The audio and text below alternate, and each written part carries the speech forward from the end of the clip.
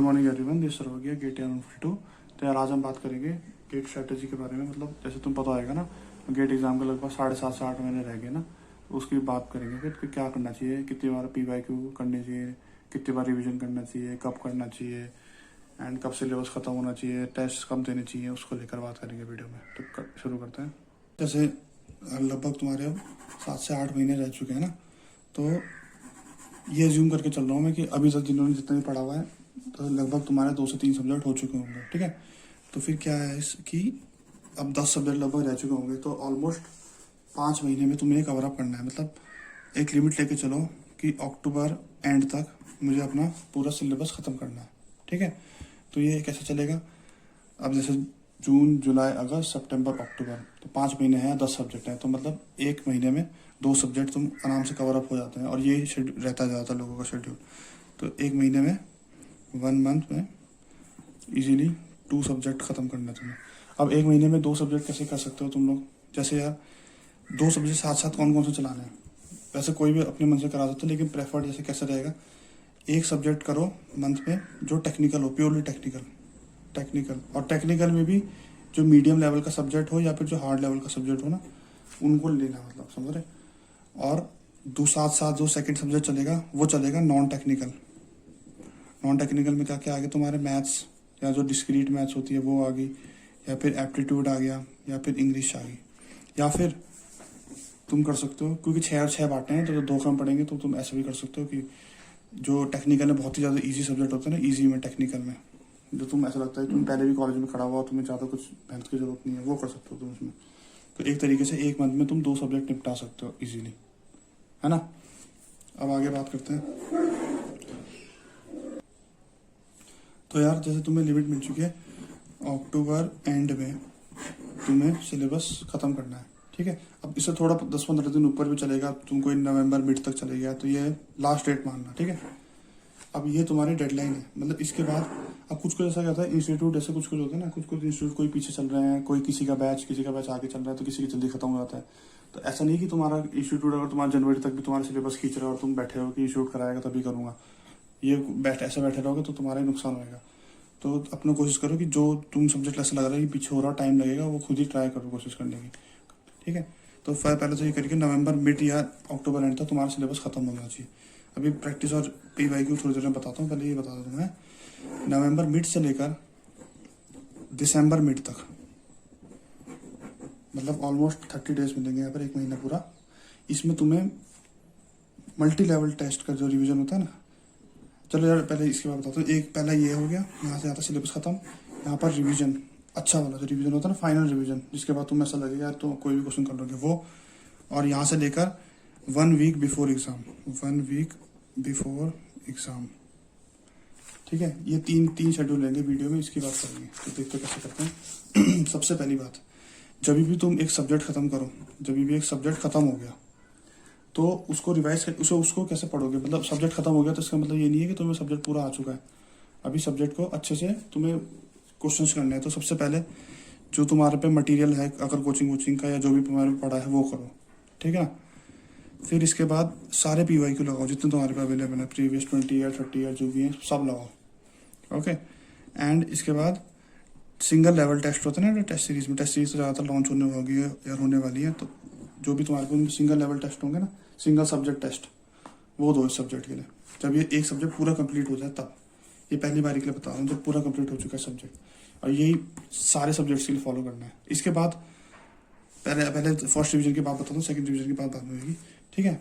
ये ऐसा हो गया, तो 12 के 12 सब्जेक्ट एक करके जो भी खत्म हो जाएगा, तो ये तीनों चीज़ें कंपलसरी है, PYQ, मटेरियल जो भी है, और सिंगल लेवल टेस्ट। अब दूसरी बारी, अब रिवीजन के टाइम, ये 12 सब्जेक्ट तो हो गए ना, एक बार सब्जेक्ट का रिवीजन हो गया, PYQ हो गया, सिंगल लेवल टेस्ट हो गया। सिंगल लेवल टेस्ट तुम देखोगे एक सब्जेक्ट के अगर 10 हैं समझ लो, तो 5 एक बारी में करना, 5 दूसरे रिवीजन के टाइम कर लेना।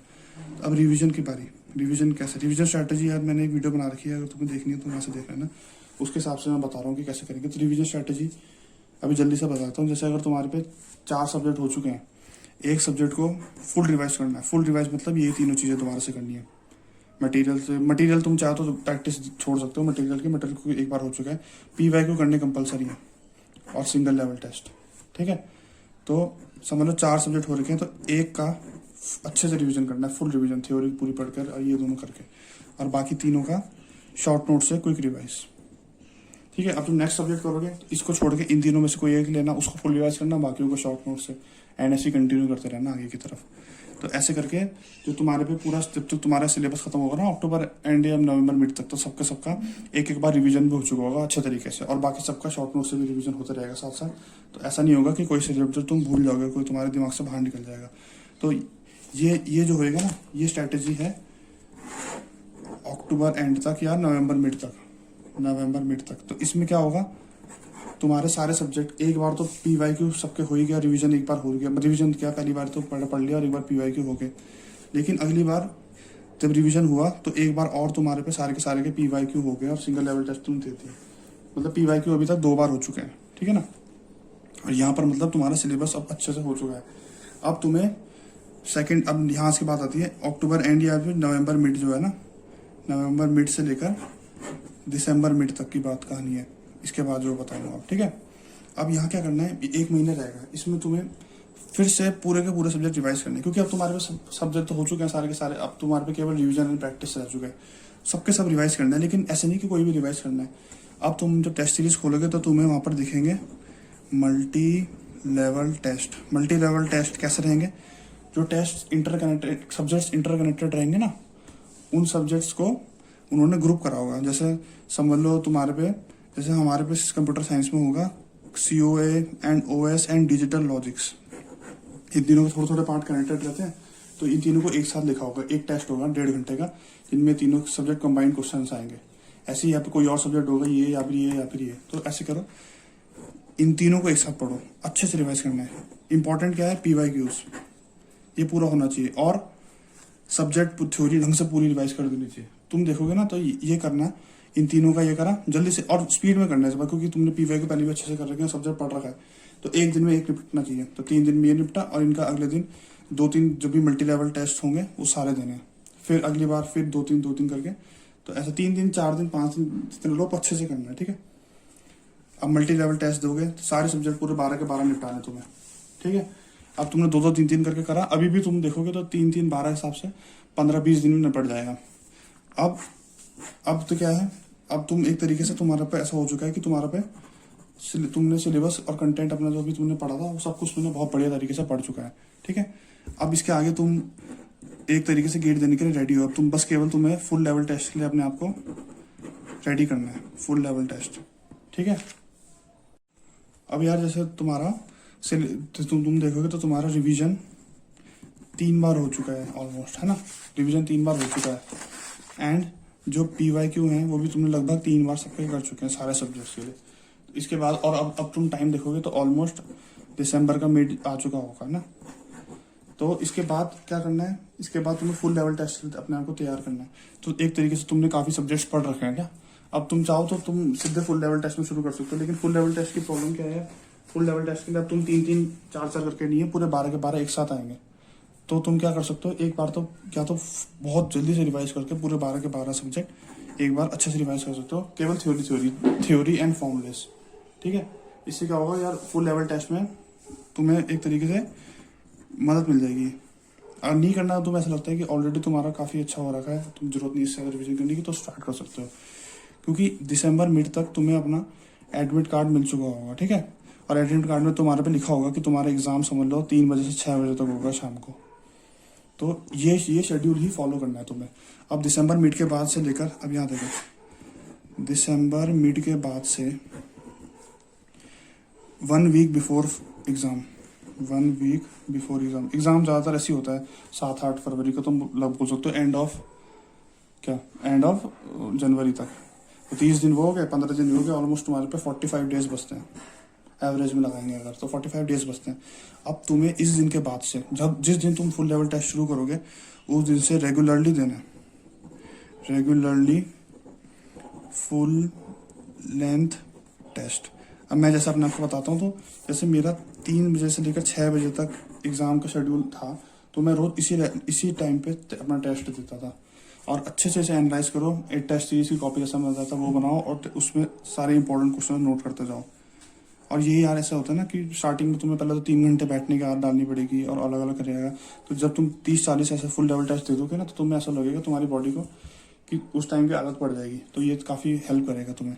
अब ये भी ऐसे नहीं है टेस्ट दोगे और 2-3 घंटे तुम इससे अच्छे से पढ़ने में लगेंगे, ठीक है।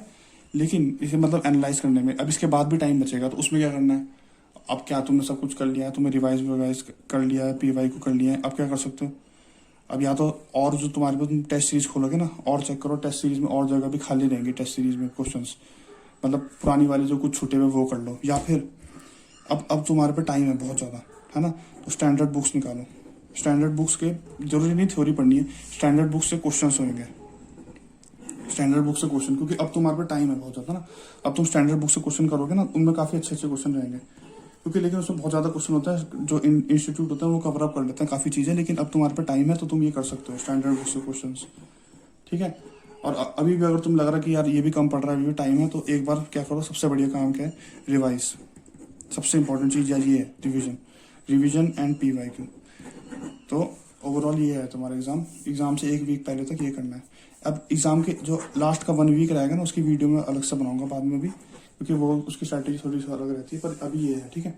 और एक इंपॉर्टेंट चीज़, जब तुम यहाँ से यहाँ पहुँच रहे होंगे ना ये वाला टाइम में, दिसंबर मिड से लेकर एग्जाम के 1 वीक पहले तक, तो तुम्हारे माइक्रो नोट्स का तुम रिविजन स्टार्ट कर देना। माइक्रो नोट्स बना लेना इससे पहले ना, और इसके बाद से रोज़ माइक्रो नोट्स पढ़ना है, ठीक है। ताकि माइक्रो नोट्स, मैंने तो बता रखा माइक्रो नोट्स होते क्या है पहले भी ना, तो माइक्रो नोट्स जो इंपॉर्टेंट चीज़ है ना माइक्रो नोट्स की, वो तुम्हारे दिमाग में एक तरीके से छप जाए, क्योंकि वो काफ़ी इंपॉर्टेंट रहते हैं यार। क्योंकि ऐसी चीज़ें हैं वही जो तुम पहले नहीं समझ पाए थे, या तुम्हें पहले रटने में उससे प्रॉब्लम हो रही थी, तो वो तुम रोज़ करोगे अगर इसके बाद से 30-40 दिन, तो तुम्हें एकदम दिमाग में छप जाएगा।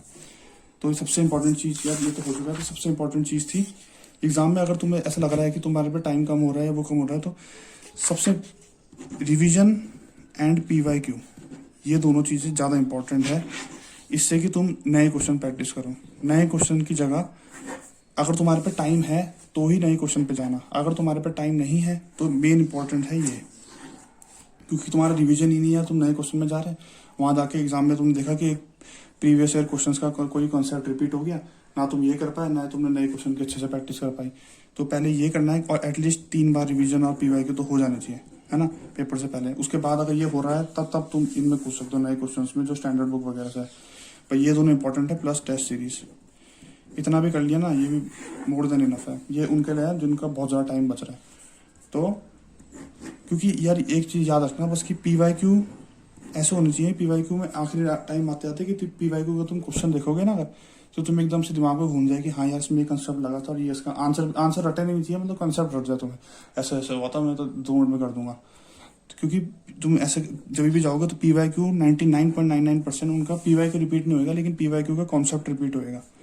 और अगर तुम्हें क्वेश्चन देखा, तुमने ऐसा लगा कि यार ये तो पढ़ा पढ़ा लग रहा है पर याद नहीं आ रहा, उसमें ज़्यादा दुख होता है। अगर तुम्हें नहीं आता क्वेश्चन, उसमें कम दुख होएगा, लेकिन तुम्हें आता है और तुम्हें याद नहीं आ रहा, उसमें ज़्यादा दुख होएगा। तो यार ये मत करना गलती, इनको सबको 3-3 बार प्रैक्टिस करने के बाद तभी जा कूदना नए क्वेश्चन में। तो ये सबसे इंपॉर्टेंट चीज़ है यार। कुछ चीज़ छूट गई होगी तो बता देना वीडियो में, और किसी और टॉपिक पे वीडियो बनानी हो तो बता देना। थैंक यू, सब्सक्राइब कर देना चैनल को। ओके।